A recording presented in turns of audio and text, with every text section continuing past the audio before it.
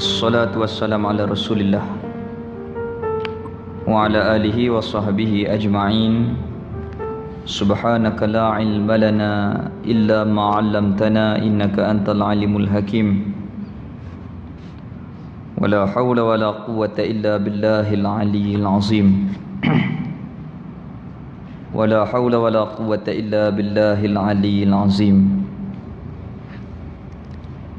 ولا حول ولا قوة إلا بالله العلي العظيم. الفاتحة.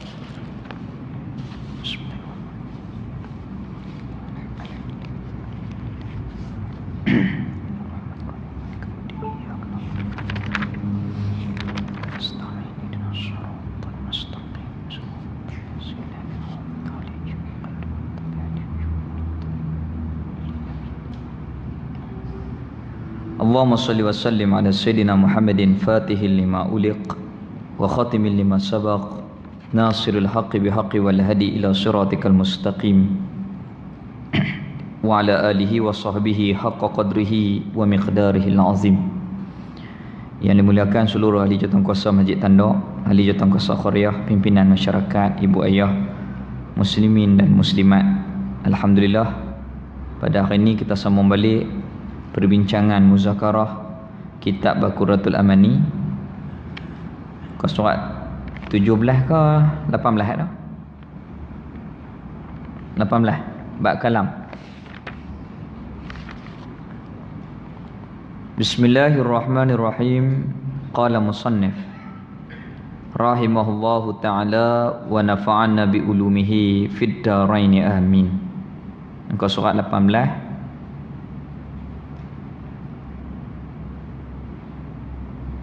9 baris pada atas.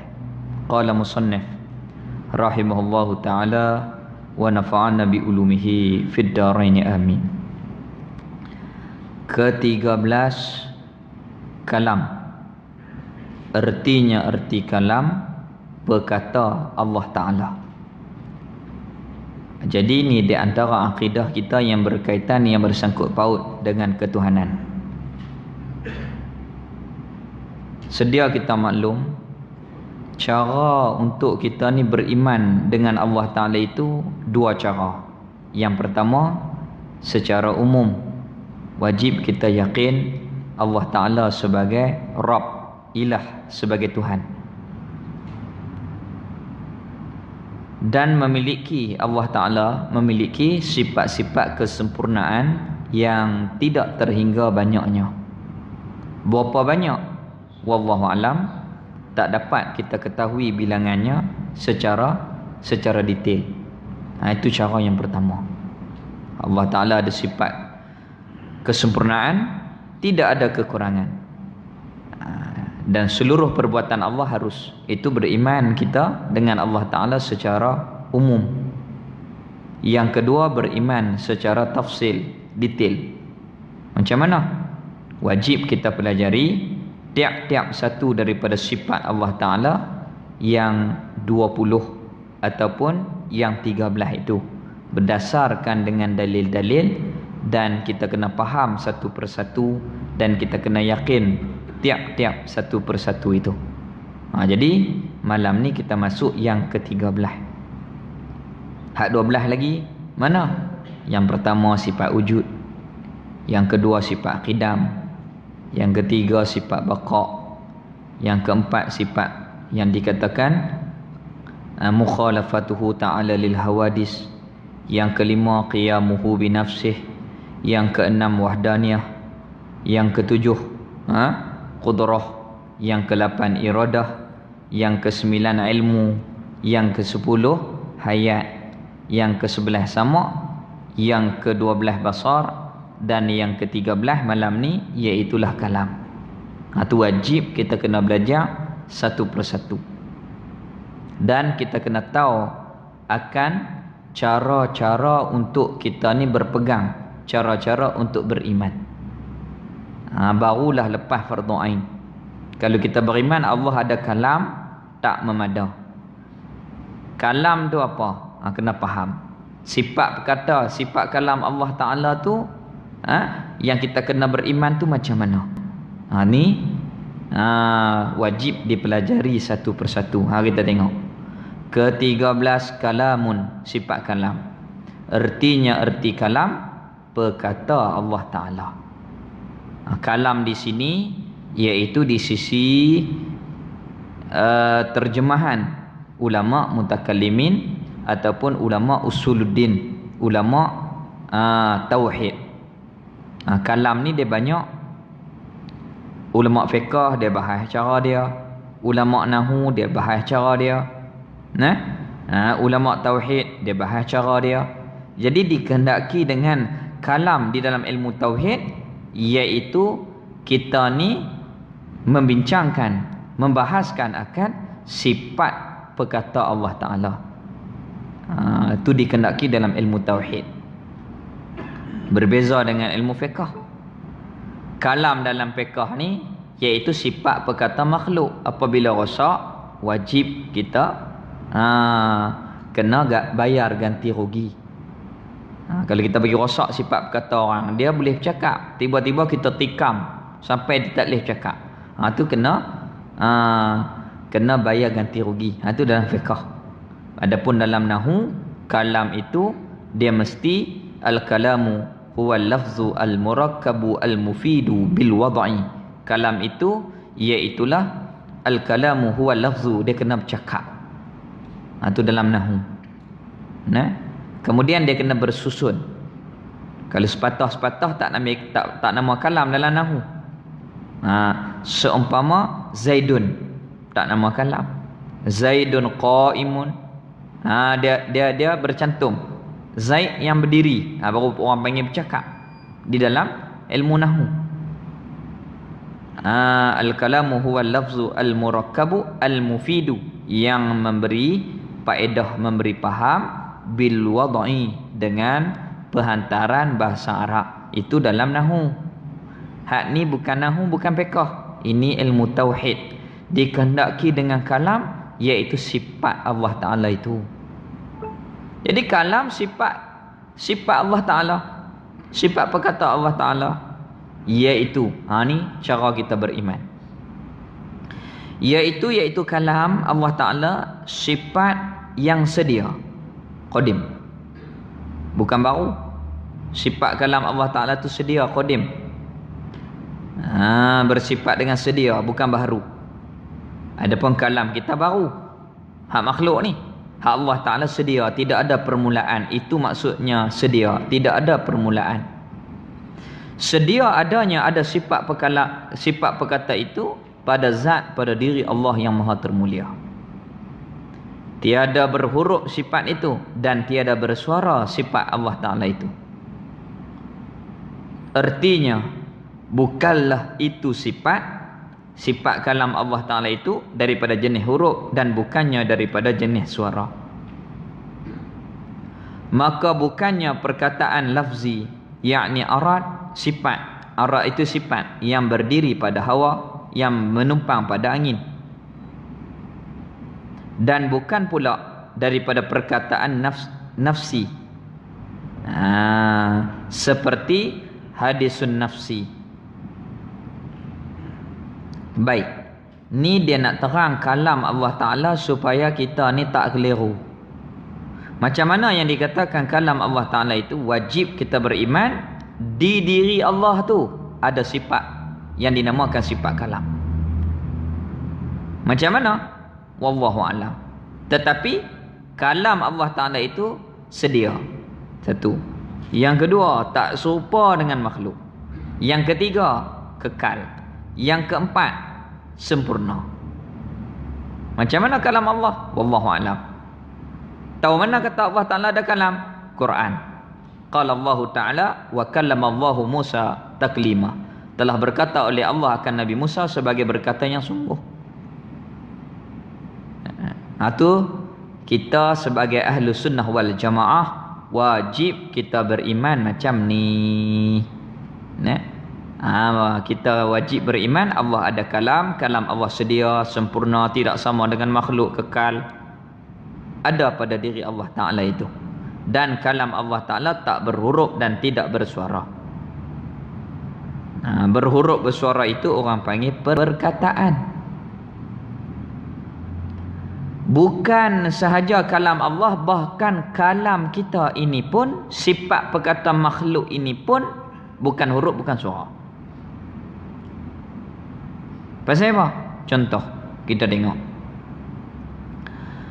Orang ni bukan semua boleh cakap. Cakap ngapa? Mulut? Tak. Lidah? Tak. Engkung? Tak. Kerana orang bisu ada rengkung, ada lidah, ada mulut.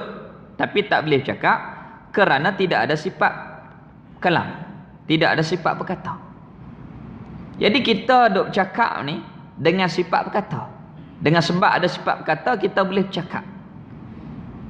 Jadi sifat berkata kita ni bukan huruf, bukan suara. Apa dia? Hak makhluk ni daging ni. Hak duk dalam anak rengkung, anak lidah tu ya. Macam mana? Belah tengok. Hak duduk tergantung tu, dalam tu ada sifat kalam makhluk. Macam mana? Wallahu a'lam. Tapi tak ada huruf, tak ada suara. Yang ada hanyalah sifat yang ada dalam daging, itu makhluk. Hak huruf suara ni selepas kita bercakap. Apa dia bercakap? Bergerak mulut, bergerak lidah. Maka apabila bercakap, keluarlah perkataan. Perkataan itulah yang berhuruf bersuara. Sifat tak ada huruf, tak ada suara. Yang huruf bersuara selepas kita bercakap. Ni duk diam tak ada keluar apa? Tak ada kita diam. Tak ada huruf, tak ada suara, tak ada dengar apa.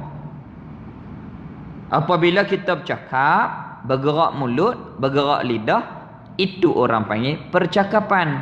Apabila percakapan, keluar perkataan. Perkataan itulah huruf suara. Sifat tak ada huruf, tak ada suara. Hak berhuruf bersuara perkataan.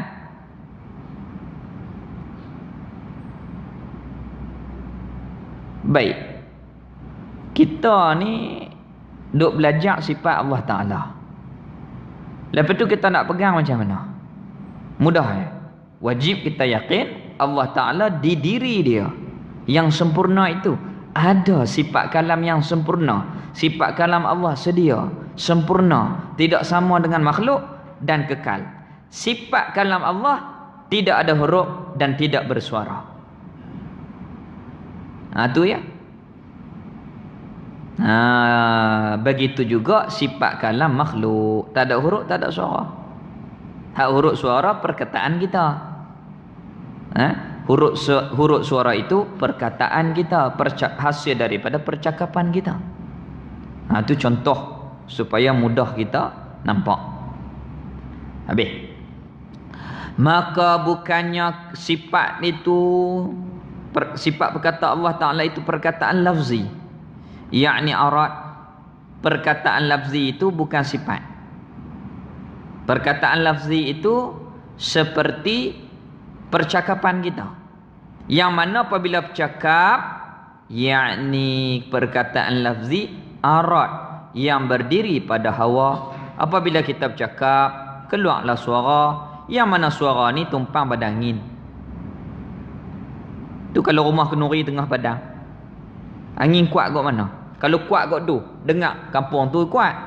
Belah ni tak apa dengar sebab angin pukul kat tu. Kalau angin kuat belah ni, kampung belah sana tak dengar, darah belah ni. As-saut qa'im bil hawa. Suara menumpang pada udara.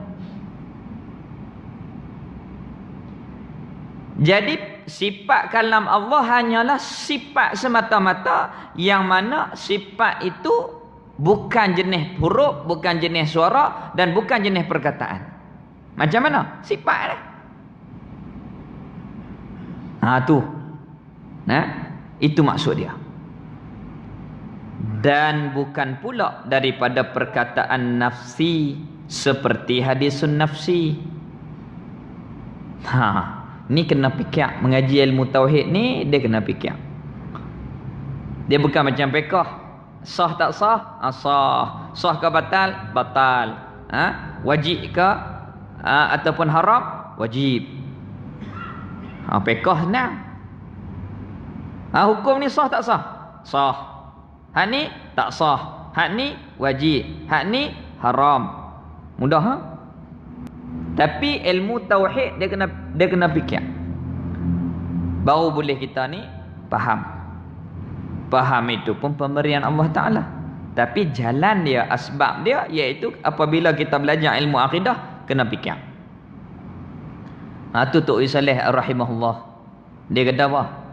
Belajar ilmu tauhid ni tok guru duk surah, maka hak duk dengar tu kena ikut. Kena turut.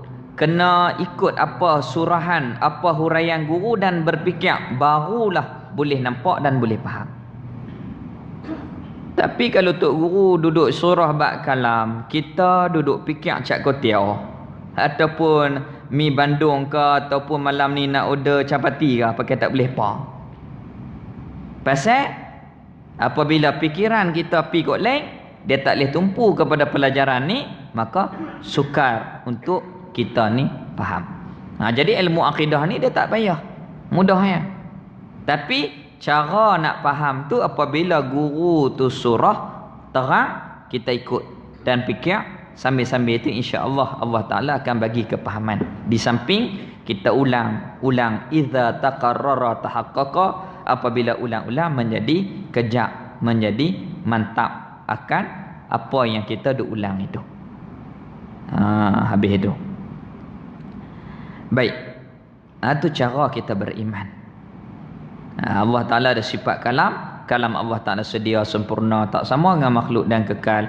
Sifat kalam Allah bukan jenis huruf, bukan jenis suara, bukan jenis perkataan dan bukan jenis hadisun nafsi.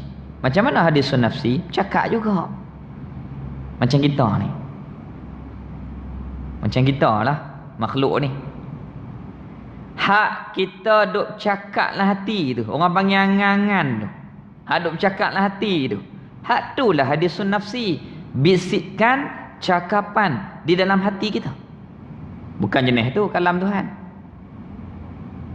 Macam mana orang panggil kita mesyuarat malam ni.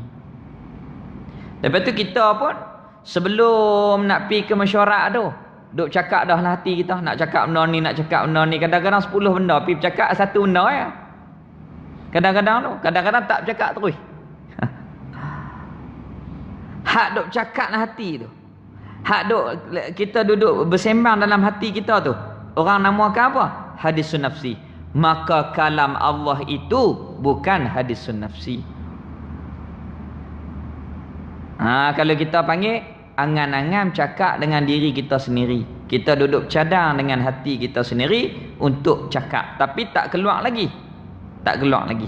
Hak keluar tu orang panggil perkataan. Hak duk angan-angan lah hati tu orang panggil cakapan hati dalam bahasa Melayu. Dalam bahasa Arab dia namakan hadisun nafsi. Macam orang ambil yang semayang, hak jenis wah-wah. Kadang-kadang dia duk niat tak masuk kerana dia tak faham ta'rif niat. Yang dia buat bukan niat, yang dia duk buat hadisun nafsi, bacaan dalam hati sahaja.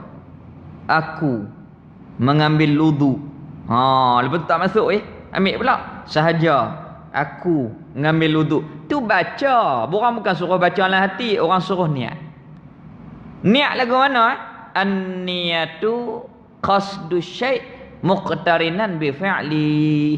Niat itu niat itu qasdu syai', tuju hati kita nak berwudu. Muqtarinan dan disertai bi fi'li, dengan perbuatan. Ayat kena di muka, hati itu lintas lalu saja ke berwudu. Jadi bukan suruh baca sekok sahaja mai hak gagak pula jenuh. Dah dia lintas ya. Qasdu syai', tuju hati, muqtarinan bi fi'li, dan disertai dengan perbuatan. Tapi hak wah-wah tu penyakit. Hak tu orang panggil penyakit. Penyakit ni dia tak kira siapa, tok guru pun dia kena.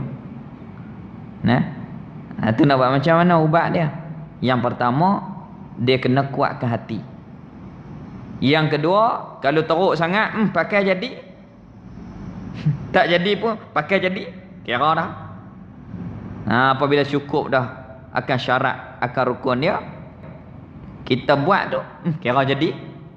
Dia lagu tu. Di samping kita berdoa kepada Allah Ta'ala supaya Allah Ta'ala kuatkan hati kita. Dan di samping kita ni baca qul a'udzu birabbin nas dan seumpamanya. Gitu. Itu bisikan daripada iblis. Habis. Almarhum Tok Saleh rahimahullah dia kata benda yang mudah apabila kita buat payah jadi payah. Jadi payah teruk. Benda tu mudah ya, tapi kita buat payah jadi payah. Seumpama matahari tu cerah telajak sampai tengok tak nampak. Cerah sangat matahari, nak tengok tak nampak. Niat ni benda hak paling mudah, tapi kalau kita duk buat payah, dia jadi berat. Padahal benda mudah. Benda yang mudah. Habis. Jadi sifat kalam Allah hanyalah sifat yang qadim, yang sempurna, yang bukan jenis huruf, bukan jenis suara, bukan jenis perkataan, bukan jenis cakapan dengan diri. Seperti kita ini. Bukan. Kerana bahawasanya daripada hadisun nafsi itu daripada amrun i'tibar, amrun i'tibariyah. Amrun i'tibari. Kitab ni dia tinggi sikit. Tok Saleh dia kata kalau boleh berkurah kitab tauhid lain insya-Allah mudah kita kuasai. Sebab dalam kitab Jawi ni ibu dia. Faham hak ni, hak kitab Jawi lain dia jadi mudah. Begitu juga kalau kita belajar matan Ummu Barahin ataupun matan yang dikatakan Jaharah Tauhid tu matan. Apabila boleh kuasai hak tu, hak lain faham dengan mudah. Kalau boleh faham berkurah, kitab lain mainlah kitab Jawi apapun dalam akidah, mudah kita faham. Mudah kita faham. Dia duk cara hak tu je, cuma cara bercakap tu dia lain-lain. Lain padang, lain belalang, lain ikan, lain lubuk, lain ikan, lain orang, lain penyampaian, lain kitab, lain bahasa. Dia lagu tu ya.